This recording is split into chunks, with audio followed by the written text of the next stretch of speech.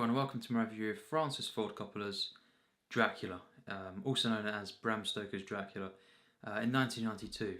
Now, this is my first Coppola review. I don't know when I'll review The Godfather 1 and 2 and stuff because, it's hard to it's hard to review them, so much has been said, but I will review them at some point. Just probably not anytime soon. I'm not in a rush to review them. Not that I don't like them, of course. They're some of the absolute finest films ever made for me, especially The Godfather Part 2. And Apocalypse Now as well, maybe I'll review that sooner. And I also think that's one of the best films ever made. This is a film, but after the 70s, really, you could say. Coppola never really regained the kind of critical acclaim or really just, he wasn't as regarded too well, He made films after that, The Outsiders and stuff, and Godfather Part 3, which of course is very, very, a lot of people hate it. Some people say it's just, it's solid, but nowhere near as good as, the first two. There are those that absolutely love it out there. I can't really say too much about it, because I have not seen it in about, 8 years or something.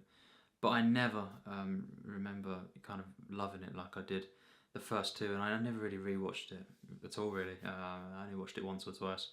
But yes, 2 years later, after The Godfather Part 3, Coppola would direct this film and produce it as well.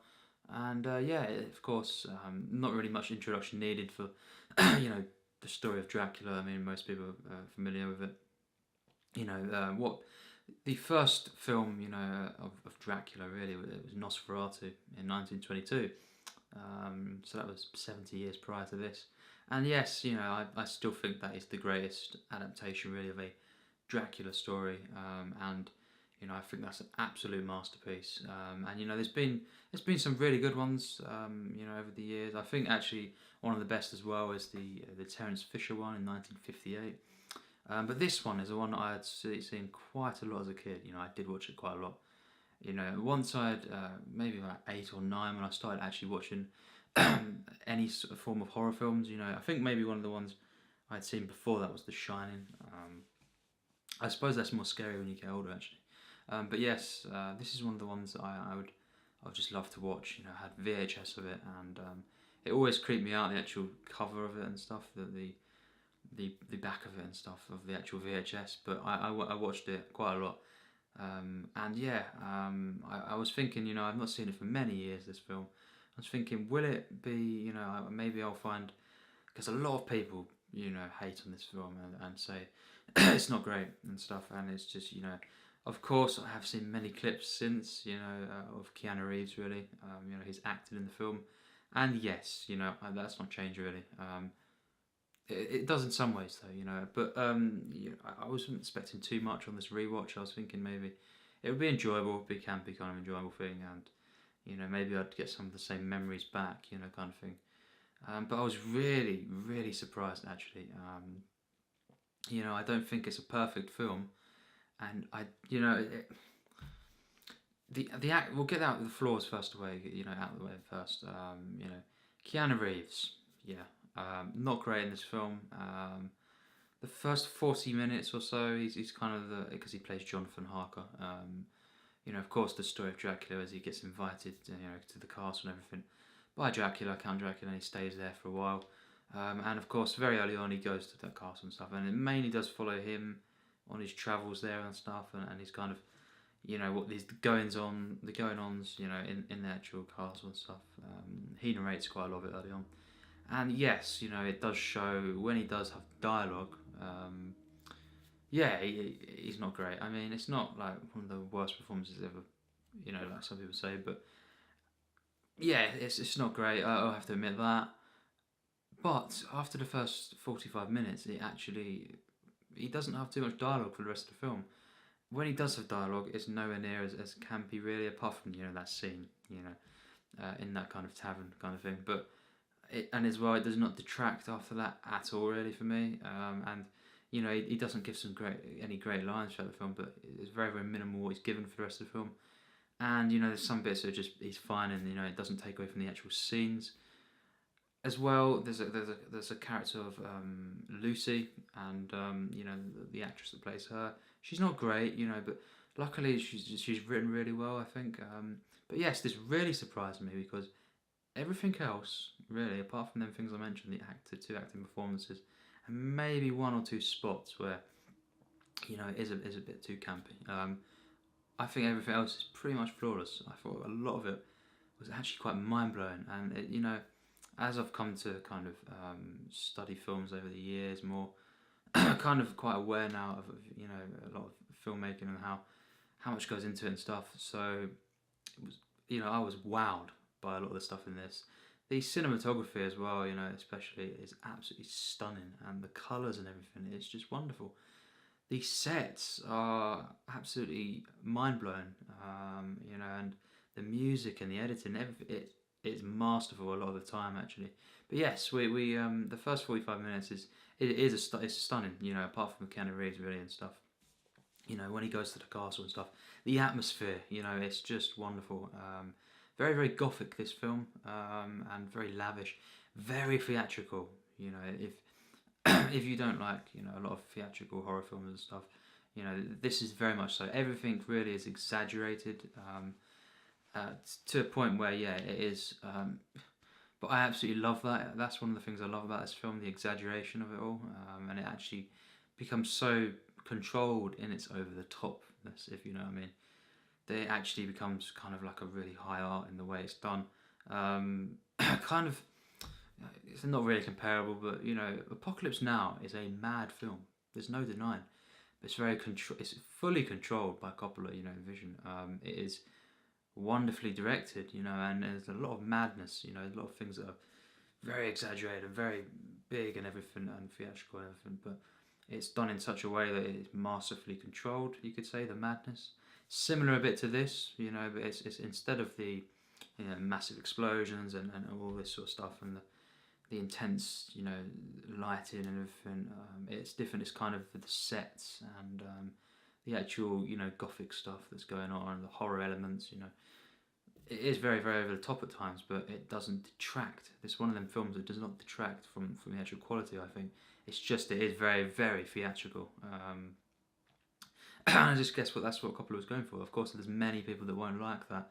They would like a more, like the 1958 one. That was a bit more low key and stuff, and a bit more contained and everything, and it wasn't it was very very low key, that one. And of course Nosferatu, the original, I still think it's the best, definitely. And that was kind of the perfect the only perfect really adaptation, you could say. But yes, it was so good. Gary Oldman, of course, plays Dracula. Some people criticise him, but generally he is, for this performance, he is, highly regarded, and I think he's absolutely masterful in this film. Very theatrical once again, but you feel so much, or I did anyway, for his character, and the tragedy and everything of it. The opening scene as well. It's kind of this flashback kind of prologue thing, and it shows him in battle and everything and stuff. And then, of course, Winona Ryder plays his love back then. And it's basically, she's like a reincarnation in the present day throughout the rest of the film. And he kind of is a character. It's basically, it tells the love story over centuries. Just as much as a horror film, it is a love film, it's a tragedy and stuff as well. And, actually the romance between Gary Oldman and Winona Ryder, of Mina, the character of Mina, is masterful, actually. I loved it. And, luckily, Keanu Reeves and her, because the chemistry weren't quite there, and luckily it was only like a scene they were together, that they really just focused for the rest of the film on Gary Oldman and her, which was great, and it was absolutely wonderful. But yes, Gary Oldman, he plays this role to perfection. Very very entertaining and out there at times, but he can just like that just rein it in, and then become very very menacing, and at times very very touching performance. I felt a lot for him, sympathy, empathy, and just the way that he's longing for this love, to rekindle this, kind of bring it back, because of course with Winona Ryder's character, the present day, it's just stunning. And when he first kind of, the film starts getting better and better really when he comes in and he meets her in the streets and stuff. And there's something about this film is so unique. The way it looks, this really, many can criticise some of the performances and stuff. Of course I have just a couple, but really the visual storytelling in this film is immaculate. It's absolutely stunning. As I've said, the cinematography, all of the camera movements, it's just so precise and so tuned. Just all the right moments. Coppola just knew what he was doing. I think with all these zooms and everything, and just at the right time. And it's been edited to perfection, really. As I say, it's very theatrical, but very, very sharp and everything as well. Very graceful as well. It's very, very dreamlike and stuff. Very nightmarish, you could say, at the same time. It's very, very much so. Of course, it's perfect kind of blend. This is a fantasy horror, really. Much more so than any other Dracula film. It is very fantastical, and that is to do with the exaggeration and a lot of the stuff. It is very, as I say, the sets, the performances, even Anthony Hopkins as well. But none of this is a flaw. It's only just adds to the experience. I absolutely love it for that. And yes, the supporting cast really are great as well, apart from Keanu Reeves and stuff. Anthony Hopkins plays Van Helsing in this film, of course. Everyone knows Van Helsing, obviously the one that tries to take down Dracula in the end, of course. And I won't ruin anything, but it's pretty predictable, of course. Yes, it doesn't. I don't think it does anything different really in that sense. Yes, it just Anthony Hopkins is great in this film, and as I've said, the cinematography, the colours in this film, especially the reds and the greens and everything, it's just wowing. It really is, and it always creates an effect. It's not just to look nice. It really does. It's such a mood and an atmosphere to this film. And a lot of people criticise the tone breaks. I don't feel this, really at all. I think it's a very consistent tone, really. And as I said, the Keanu Reeves performance, it kind of, it doesn't affect anything after that first bit. The first bit's where he's in the actual castle with Dracula. Even then, it's only really one performance, and because everything else is so good, it doesn't really take away from the film too much, actually. But it is a flaw, of course. The editing in this film as well is stunning. All the transitions, and just the fades and everything. It's just wonderful. It really is just like a painting, and the way it is put together, it's just like it's just wonderful. Just see it, you'll know what I mean. It's visual storytelling mastery for me, and it's very, very literate as well. And all the dialogue in this film is great, actually. The way it's been written, and the way Coppola brings through this script is stunning. I really love the script. It's very, very, it's just a lot more poetic, and stuff, and it's theatrical. But I actually love that about the film, and stuff. It's not like ultra realistic dialogue or anything, but just what he was going for there with his vision there, I actually loved. I love that about the film. It's very, very, it's just a wonderful, beautiful film in that sense, and it is human, definitely. Channeled really mainly through that central romance, Gary Oldman and Winona Ryder, Mina. And Winona Ryder in this film is actually wonderful as well.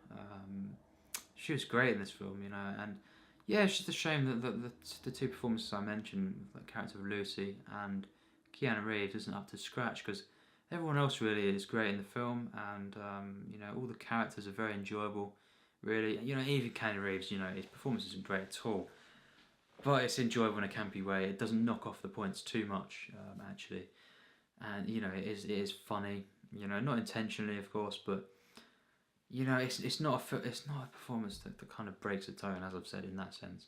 But yes, just this film is wonderfully directed, and as well the horror elements are done so well. A lot of it is very literal, in that sense. It is. This is not a subtle film, for a lot of the time, but I don't always go necessarily for subtlety in cinema. Personally, I do prefer, I don't really, yeah, I do prefer the other way really. But you know, when a film is this clearly told, you know, in terms of storytelling, it's something that I look out for more. You know, and this really is just such a clearly told film. You know, in the narration and just the visual storytelling. It just has such a flow to it, and yeah, it's just it's very easy to follow, but it's because it's just so wonderfully told. Actually, for me personally, I know people think, you know, yeah, it's it's too obvious and stuff, but yeah, that's not something really that you can criticize all the time. You know, and I certainly don't here. I just think it's very concise, you know, and it's just put together so well and directed so well. You know, the music in this film as well, the score is so good. I loved it. You know, the romance theme especially, and you know, just very very human, a very emotional film actually. You know, funny at times. Yes, a tiny bit can be in terms of Keanu Reeves and stuff, and it is exaggerated. A lot of the film is exaggerated, but you know, there's many great films that are, and you know, that's not always a bad thing. Certainly isn't here actually, and you know, every act just builds and builds. It's narrated really, just really, really well. Even the Keanu Reeves, of course, narration and stuff. It's wonderful, yeah, and you know, I was constantly engaged in this film, compelled. I absolutely adored it, and it's just great that, you know, I didn't expect, as I said, to go in and see, you know, a great film on this rewatch, but just because of, you know, I thought it wouldn't be, you know, as good as I remembered, and you know, a lot of people don't think of it highly. You know, it got 2 out of 5 on Empire and stuff.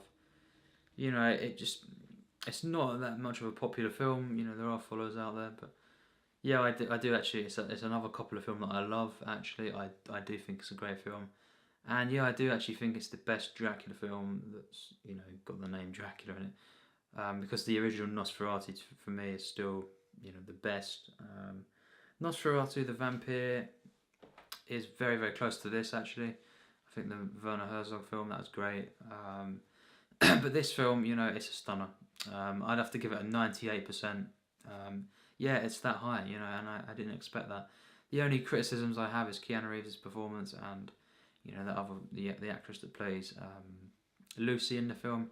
But really, as well, the characters of Lucy and Mina together, it's very enjoyable stuff. You know, it's got a lot of charm, which I've not really mentioned. That there's a massive, you know, heart to the film and charm to it. You know, it's got a lot of it's just got such a charm to it, and you know, a lot of energy and stuff, and it's very very graceful, but yeah, it's very violent, of course, as well, and it's just a perfect blend really of horror, gothic horror, you know, fantasy, romance, and you know, it's just got such a strong narrative. You know, it really is masterful in a lot of places, most places, you know, you could say, and yes, there's a couple of moments where it is a bit, you know, very very much just edging over the line, sorry, of the campiness, but and them two performances do bring it down a little bit, but a 98% is near masterpiece for me overall. I absolutely love the film, and I think, you know, it's just it's probably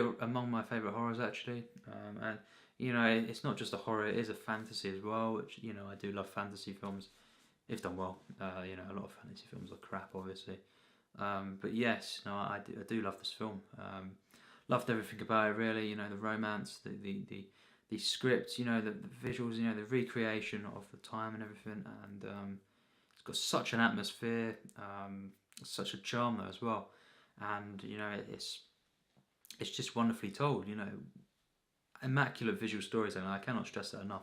The filmmaking, you know, is off the charts. Really, these sets, as I've said, you know, the actual cinematography, the camera moves, the pans and everything, the colours. It's just such a, you know, a complete vision, you know, in that sense. And you just only let down with a couple of things really, but it's very very close to being a masterpiece for me, and I cannot stress that enough. If you've not seen it, definitely check it out. If you like fantasy, if you like horror. And yes, it's a very very close to a masterpiece for me, and a film that I absolutely love. A great but flawed film. So yes, thanks for watching my review of Francis Ford Coppola's Dracula.